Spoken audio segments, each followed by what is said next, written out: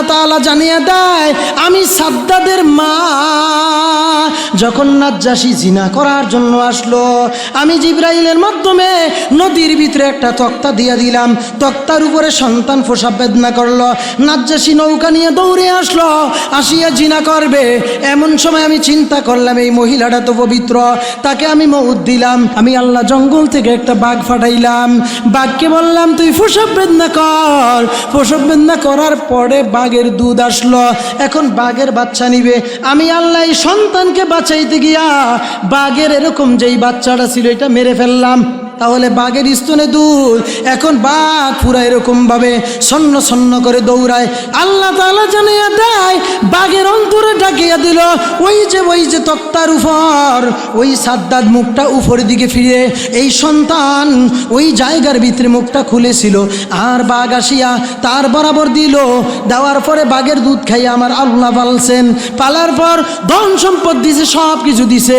আল্লাহ বলে আজরাইল রে তুই জানিয়া রাখ আমি আল্লাহ তাআলা সব কিছুর অট্টালিকার মালিক বানাইলাম। এরপরে খোদাই দাবি করলো বলে আল্লাহর দেওয়া জান্নাতে যাব না, আমি এরকমভাবে আল্লাহর দেওয়া জান্নাতে যাব না, বানাইয়া জান্নাতে যাব। এই যে ওই সন্তান সাদ্দাত, তাহলে যারা আমি কষ্ট করে পারলাম সে নাজ নেয়ামত পাইয়া আমি আল্লাহরে ভুইলা যাওয়ার কারণে আমি আল্লাহ বললাম তোরে আমি সুযোগ দিয়েছি, তোরে আমি সুযোগ দিয়েছি, তবে তোরে আমি ছেড়ে দিব না। কারণ ফেরাউনকেও ছাড়ি নাই, কারুনকেও ছাড়ি নাই, নমরুদকেও ছাড়ি নাই, হামানকেও ছাড়ি নাই, উবাই ইবনে খলফেও ছাড়ি নাই। আমি কারুনকে মারলাম, মুসা আলাইহিস সালামকে বাঁচাইলাম, ফেরাউনকে ডুবাইলাম, রাস্তা করে দিলাম, রাস্তা দিয়া মুসা আলাইহিস সালামকে পার করে দিলাম। সমস্ত সব কিছুর মাধ্যম একমাত্র নামাজের মাধ্যমে আল্লাহ তাআলা করে দেখাইছেন। এই জন্য আল্লাহ জানে যে বান্দা পৃথিবীর জমিনের ভিতরে যতদিন পর্যন্ত হায়াত তোর থাকবে আমি আল্লাহর হুকুম এমন করে মানবি, তুই নামাজে দাঁড়াবি, নামাজ পড়তে দেরি তোর সমস্যার সমাধান হইতে দেরি না। আল্লাহ রব্বুল আলামিনকে পারের পাদদেশে দাঁড়াইয়া ওয়াইস কুরুনি ডাক দিয়া বলে ও আমার আল্লাহ, জীবনের রাসূলকে দেখি নাই। বলে কেন দেখো নাই? যদিও 2টা রাওয়ায়াত আমি পাইলাম, 3টা রাওয়ায়াতের মধ্যে 3 ধরনের কথা, সমষ্টিগত কথা হলো একটাই, ওয়াইস কুরুনি মায়েরও খেদমত করেছে এই জন্য আসতে পারে নাই, নামাজ পড়েছে, ইবাদত বন্দেগী করেছে। আমার আল্লাহ জানিয়ে দেয় ফেরেশতার মাধ্যমে, জিবরাইলের মাধ্যমে, ওয়াইস কুরুনি যদিও আমার নবীকে দেখতে পারে নাই, নামাজগুলো ঠিক মতো পড়ার কারণে ওয়াইস কুরুনি সেজদা দেয়, আমি আল্লাহ তাআলার যেন আরশে আজিম ধাক্কা লেগে যায়। আর জোরে বলেন না সুবহানাল্লাহ। সেই আল্লাহ আছে না নাই? আগুনের কোনো ক্ষমতা নাই, আগুন জ্বালিয়ে দিবে গো। নমরুদের কোনো ক্ষমতা নাই, নমরুদ চেষ্টা করেছিল, কিন্তু কিরকম ভাবে নমরুদ যতই চেষ্টা করেছিল, নমরুদ চেষ্টায় কোনোদিন সাকসেসফুল হইতে পারে নাই। কারণ আমার আল্লাহ তাআলা সব চাইতে বেশি হেফাজতকারী, আমার আল্লাহই হলো উত্তম রিজিকের মালিক। ইউনূস আলাইহিস সালাম আল্লাহর কাছে ডাক দিয়া বলে মালিক,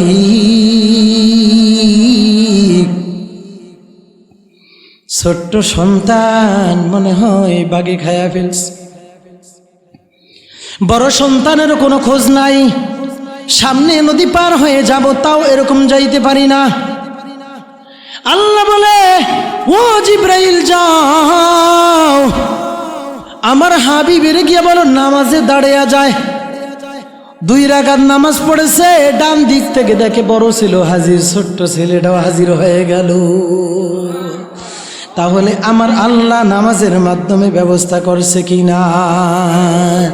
এই নামাজে নিবে তোমায় জান্নাতেরই পথে, যেইভাবেতে নামাজ পড়লে মাওলা খুশি হয়।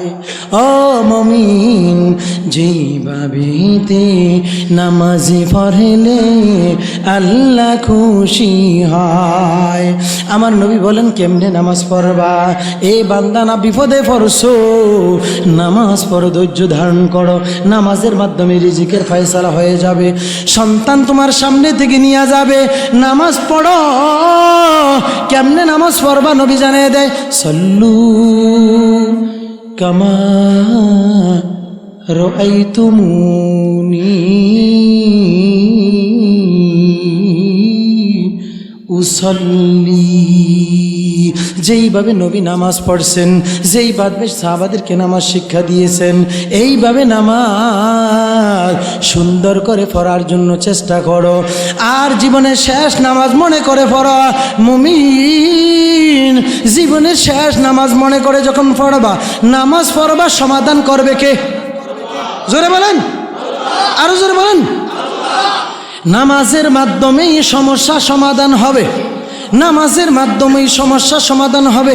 তবে সমস্যার সমাধান করবে কেডা? আল্লাহকে রাজি করবেন কেমনে? নামাজের মাধ্যমে। আল্লাহকে নামাজের মাধ্যমে রাজি করতে হবে। ইস্তাইনু জমা হাজেরের সিগা, আর বিসবরি বাবায়ে সববিয়া, বিসবরি ওয়াসসালা। এখানে সবর মানে ধৈর্য, সলাত মানে হলো নামাজ। ধৈর্য এবং নামাজের মাধ্যমে আল্লাহ তাআলার কাছে সাহায্য চাও। আল্লাহ বলে, বান্দা আমার কাছে সাহায্য চাইবা, জীবনের শেষ নামাজ মনে করে যখন দাঁড়াবা, নামাজ পড়তে দেরি, আমি আল্লাহ তোর দোয়া কবুল করতে দেরি না। নামাজ পড়ে মরা গাদা জিন্দা করছেনি। জোরে বলেন, মাথায় দিকে উঠান উঠান উঠান উঠান, জোরে বলেন। নামাজ পড়ে মরা গাদা জিন্দা করছেনি। নামাজ পড়ে মরা গাদা জিন্দা করেছে। কেমন কেমন কেমন মরা গাদা জিন্দা করলো? বলে যাও যাও, বলে তোমার না গাদা তো মরে গেল, বলে আমার সাওয়ারির সাথে চলো। বলে না না, বলে যেই আল্লাহ গাদা নিয়েছে ওই আল্লাহ আমার সাওয়ারির ব্যবস্থা করে দিবে। 2 রাকাত নামাজ পড়ছে, নামাজ পড়ে ডাক দিয়া আল্লাহকে ডাক দিয়া বলে, মালিক আমি তো নামাজ পড়লাম, আমি তো তোমার কাছে সাহায্য চাই। আল্লাহ নামাজের মাধ্যমে তুমি আমাকে সাহায্য এরকমভাবে করো, নামাজের মাধ্যমে সব কিছু সমস্যা করে দাও। নামাজ পড়তে দেরি, নামাজ পড়তে দেরি, মরা গাদা নামাজ পড়ে সালাম ফিরিয়ে দেখলো মরা গাদাটা পাশে দিয়া এরকমভাবে দাঁড়িয়ে গেল। নামাজের মাধ্যমে সমস্যা সমাধান হয়, রমজানের রোজার মাধ্যমে সমস্যা সমাধান হয়। আজকে দুনিয়ার জমিনের মধ্যে যা কিছু দেখি এগুলা হলো মাকলুক, মাকলুক কিছু করতে পারে না, সমস্ত সব কিছু করার মালিক কি? ইউনূস আলাইহিস সালাতু ওয়াস সালাম মাছের পেটে যাওয়ার পর এবার আল্লাহ তাআলার কাছে দোয়া করে ধৈর্য ধারণ করেছে। মাছের পেটে ছিল, ইউনূস আলাইহিস সালাম মাছের পেটে থাইকে আল্লাহর কাছে দোয়া করছে। আমরা খতমে ইউনূস পড়ি না, না পড়ি? লা ইলাহা ইল্লা আনতা, সবাই পড়েন লা ইলাহা ইল্লা আনতা সুবহানাকা ইন্নী কুনতু মিনাজ জালিমিন। ইউনূস আলাইহিস সালাম মাছের পেটে গেছেন, ধৈর্য ধারণ করেছেন। আমার আল্লাহ তাআলা ইউনূস আলাইহিস সালামকে ধৈর্যের ফল মিষ্টি দিয়েছেন। কেমন মিঠা, কেমন মিঠা!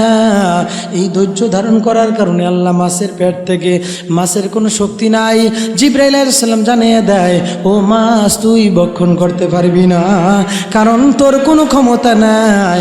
মাছে যতই চেষ্টা করেছে হজম করতে পারে নাই।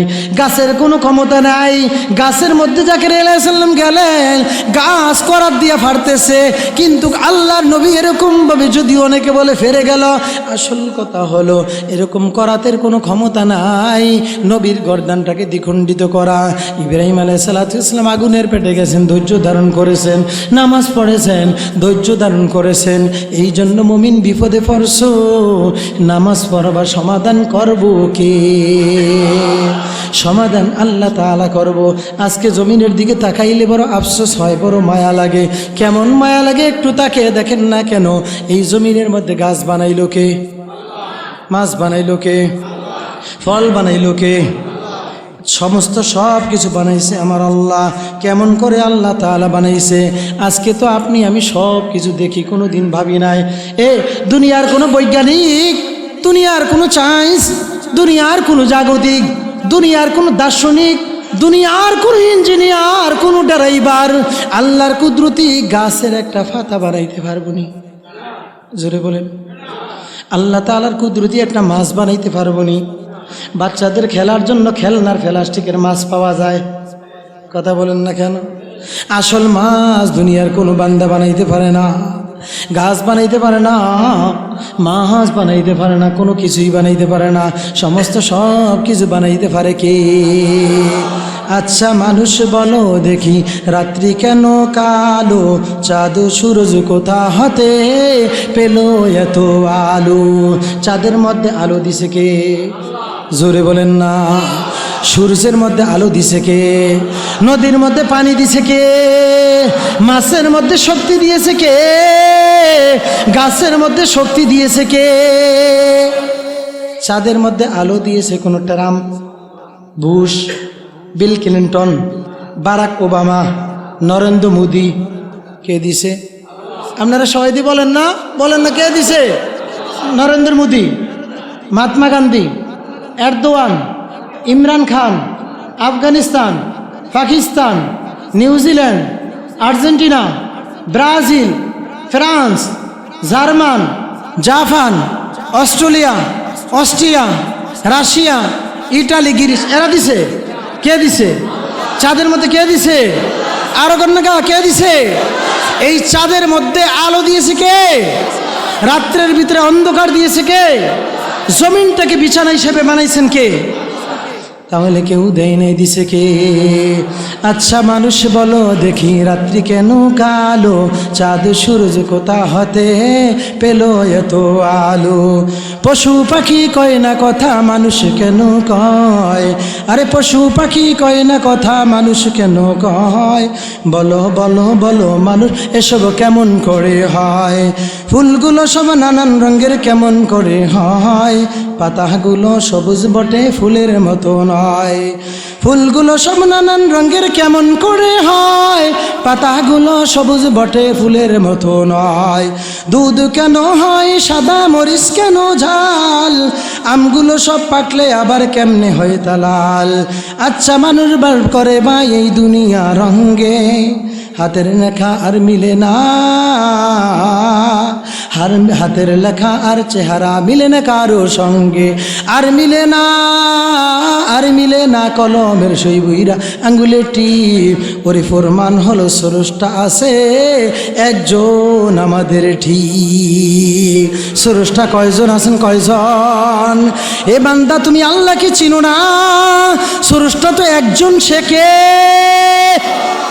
আপনাকে আমাকে বানাইছে যে, সে হলো আপনার আমার স্রষ্টা।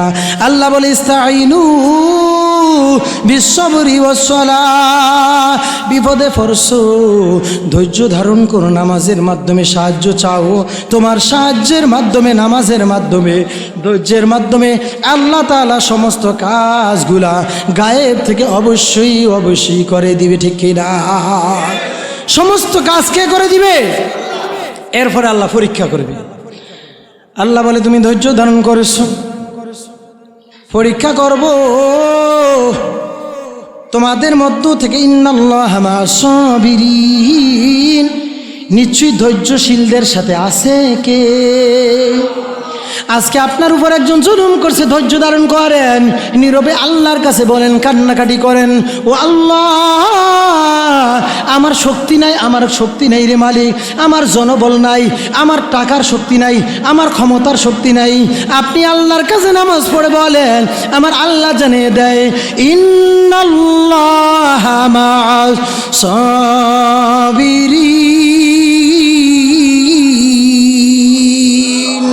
ধৈর্যশীলদের সাথে থাকে কে? আল্লাহ বলে বিপদে পড়েছো, ধৈর্য ধারণ করো। ধৈর্যশীলদের সাথে থাকে একমাত্র কে? এবার আল্লাহ জানিয়ে দেয়, ওয়ালা তাকুলু লিমান ইউকতালু ফি সাবিলিল্লাহ। আল্লাহ রাস্তার মধ্যে গিয়ে যারা জীবন দিয়েছে, যারা শহীদ হয়েছে, উদ্দেশ্য ছিল ইসলাম এই দেশের মধ্যে কিভাবে থাকবে। যারা শহীদ হয়েছে, যারা ধৈর্য ধারণ করেছে, যারা দ্বিখণ্ডিত করেছে, রক্তে রঞ্জিত হয়েছে, আল্লাহ জানিয়ে দেয় ফালা তাকুলু লিমান ইউকতালু ফি সাবিলিল্লাহ। সাবিলিল্লাহ মানে হলো আল্লাহ রাস্তা। আল্লাহ জানিয়ে দেয় এই যারা আল্লাহ রাস্তার ভিতরে গিয়া শহীদ হয়ে গিয়েছে, তাদেরকে তোমরা মৃত্যু বলিও না, মুর্দার বলিও না। ও ভাই, বেশি দিন আগের ঘটনা নয়, 2003 সালের 21শে জানুয়ারি, 2003 সালের 26শে জানুয়ারি আমি হাতিয়া দক্ষিণা দিয়ে গেলাম। এই যে কিছুদিন পর দেখলাম জেলের আসিয়া বলতেছে মুফতি সাহেব হুজুরের মাদ্রাসায়, হুজুর গ নদীর পাশে একটা লাশ কেমন যেন কবরস্থানের মধ্য থেকে বেশে বেশে আসতেছে। তাকে গিয়ে দেখলাম লাশের মধ্যে কোনো স্পষ্ট এরকমভাবে কোনো দাগ হয় নাই, কোনো কিছুই নাই। জিজ্ঞাসা করলাম ব্যাপারটা কি? জানা গেল 13 বছর আগে ওই জায়গার ভিতরে এরকমভাবে মাটি দিল। কেমন মাটি দিল? যেই লোকটাকে চাচাতো ভাই এরকমভাবে, যেই লোকটাকে চাচাতো ভাই গলার ভিতরে ধরে শ্বাসরোধ করে হত্যা করলো, বিনা দোষে হত্যা করলো, জমিনিয়াত এরকমভাবে বিভ্রান্ত হইয়া মামলা হামলা না দিয়া নিজের হাতে ক্ষমতা ছিল, চাচাতো ভাইকে হত্যা করে দিল, শহীদ হয়ে গেল। ওই কাপড় সহকারে মাটি দিল 13 বছর পর। মাটির ক্ষমতা নাই, লাশকে খাইতে পারলো না। ওই শহীদের লাশ ওই জায়গা থেকে উঠিয়ে অন্য বারিশেরা মাটি দিল। তাহলে মাটির কোনো ক্ষমতা নাই। আল্লাহ জানে দেওয়ালা তাকুলু লিমান ইউকতালু ফি সাবিলিল্লাহ। যারা আল্লাহ রাস্তার মধ্যে শহীদ হয়, বিনা দোষে আপনি একজনকে হত্যা করে মারলেন, বিনা দোষে কোনো অন্যায় নাই, একজনকে আপনি এরকমভাবে মেরে ফেললেন। আল্লাহ জানিয়ে দেয় যারা আল্লাহ রাস্তার ভিতরে শহীদ হয়ে গেল, মৌত হয়ে গেল, তাদেরকে কখনো তোমরা এরকমভাবে মৃত্যু যে হইল এটা ভাবিও না। বরঞ্চ তারা কবরের ভিতরে তাদের লাশ খায় নাই। এরপরে আল্লাহ জানিয়ে দেয় বাল আহইয়াউ ওয়ালাকিন লা তাশউরুন। তারা তো এরকমভাবে জিন্দা, তারা তো মৃত্যুবরণ করে নাই, বরঞ্চ সমস্ত খোঁজখবরই তাদের জন্য আল্লাহ তাআলা দিয়েছেন। এবার আল্লাহ বলে তোমারে যে আমি শহীদের মর্তবা দিলাম, তোমাকে আমি সব কিছু দিলাম বান্দা, তাহলে তোমাকে এবার আমি একটা পরীক্ষা করব। শীতের দিন বাজারের থেকে হাড়ি কিনে আনেননি? কে বলেন না? কয় টাকা দাম হাড়ির? কয় টাকা? এটা কেনার পরে কি করেন? কেমনে দেন? এরকম দেননি? এরপরে যদি এটা কি কয়, টেন টেন করলে, শব্দ একটা শিলাক, টেন টেন করলে ভালো, ঠাস ঠাস করলে ভালো। আপনারা বলছেন যা কইছে। হাড়ি কেনার জন্য আপনি আনলেন মাত্র 50 টাকা, 100 টাকা দাম। তাল গাছে বসাইলেন অথবা খেজুর গাছে বসাইলেন, আবার বারে বারে বলেন এটা কেমন কেমন দেওয়া যায়, আরেকটা দেও, দাম 100 টাকা, বলে না এটা একটু ট্যাম দেওয়া যায়, বেটা রস কম আটবো, আরেকটা দেও, বলে না? বলেনি? বলে তো এইটা তো আপনি মাত্র 50-100 টাকা টেন টেন করলেন। আল্লাহ বলে যে 10 দুনিয়া সমতুল একটা জান্নাত দিন, তোরে তো একটু পরীক্ষা করবো না? কি দিয়ে পরীক্ষা করব? দেখেন وَلَنَبْلُوَنَّكُمْ بِشَيْءٍ مِّنَ الْخَوْفِ وَالْجُوعِ وَنَقْصٍ مِّنَ الْأَمْوَالِ وَالْأَنفُسِ وَالثَّمَرَاتِ وَبَشِّرِ الصَّابِرِينَ। আল্লাহ বলে তোরে আমি পরীক্ষা করব। কেমনে পরীক্ষা করব? তোরে আমি ভয় দিয়া পরীক্ষা করব, ভয় দিব, তোর ভিতরে ভয় কাজ করবে। তোরে আমি পরীক্ষা করব, ভয় দিব। দেখেন না, কিছু মানুষের চেহারা টেনশন আসলে লাল হয়ে যায়। চেহারার দিকে তাকাইলেই মনে হয় তুমি মনে হয় কিছু ভাবো, তোমার মনে হয় কোনো প্রবলেম হয়েছে। কথা বলেন না কেন? বলেনি? কি রে বাবা তোমার কি হয়েছে? বলেনি ব্যাপারটা আবার কি? না না কিছু হয়নি। না না হয়েছে। আরে কেমনে হয়েছে? চেহারায় বলে وَلَنَبْلُوَنَّكُمْ بِشَيْءٍ مِّنَ الْخَوْفِ وَالْجُوعِ وَنَقْصٍ مِّنَ الْأَمْوَالِ وَالْأَنفُسِ وَالثَّمَرَاتِ। তোরে ভয় দিয়ে পরীক্ষা করব।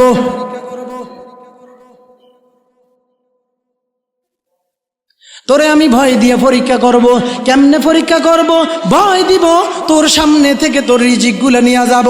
তরমুজ আসবে জমিনে, আমি আসমান থেকে শিল ফেলাবো, তরমুজ নিয়ে যাব, ধান নিয়ে যাব, তোর আলুগুলা নিয়ে যাব, তোর সামনের সন্তান বড় একটা সন্তান, এটাকেও আমি নিয়ে যাব। যাইনি? কথা বলেন না? যাইনি?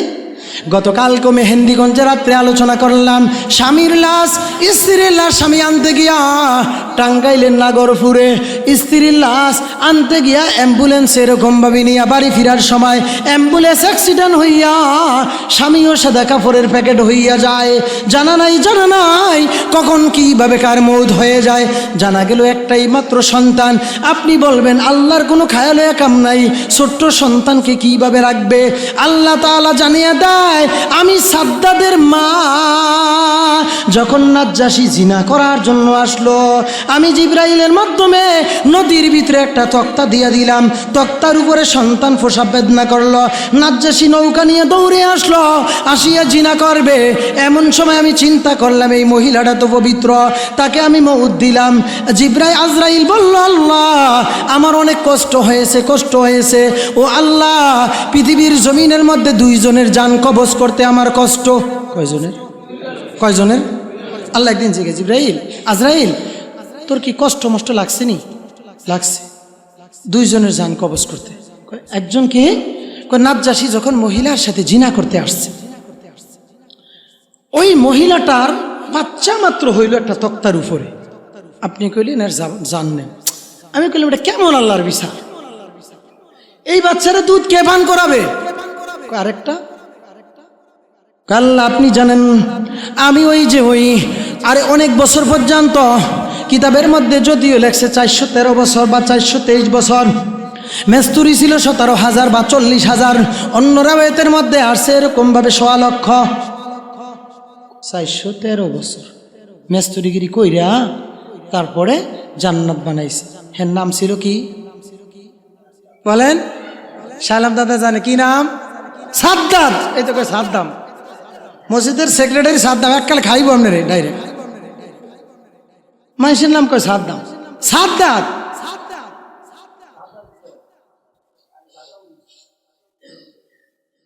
কয় হ্যাঁ, যখন ঘোড়ার তো নামবো ফাও দিব, বুঝেননি?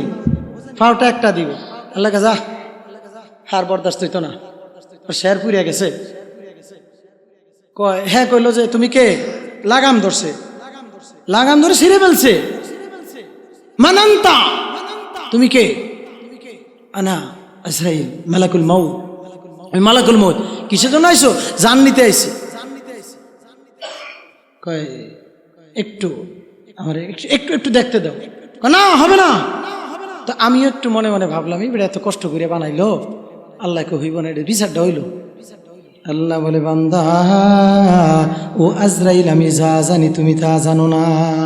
ওই মহিলার সাথে জিনা করতে আসার কারণে আমি আল্লাহ তাআলা তার জানটা নিয়ে নিলাম। সাথে সাথে জানটা নিয়ে আমি আল্লাহ তাআলা ওই সন্তানটাকে এরকমভাবে তক্তাটাকে ভাসিয়া আমি একসাথে করে একটা চরের ভিতরে নিলাম। আমি আল্লাহ জঙ্গল থেকে একটা বাঘ ফাটাইলাম। বাঘকে বললাম তুই প্রসব বেদনা কর। প্রসব বেদনা করার পরে বাঘের দুধ আসলো। এখন বাঘের বাচ্চা নিবে।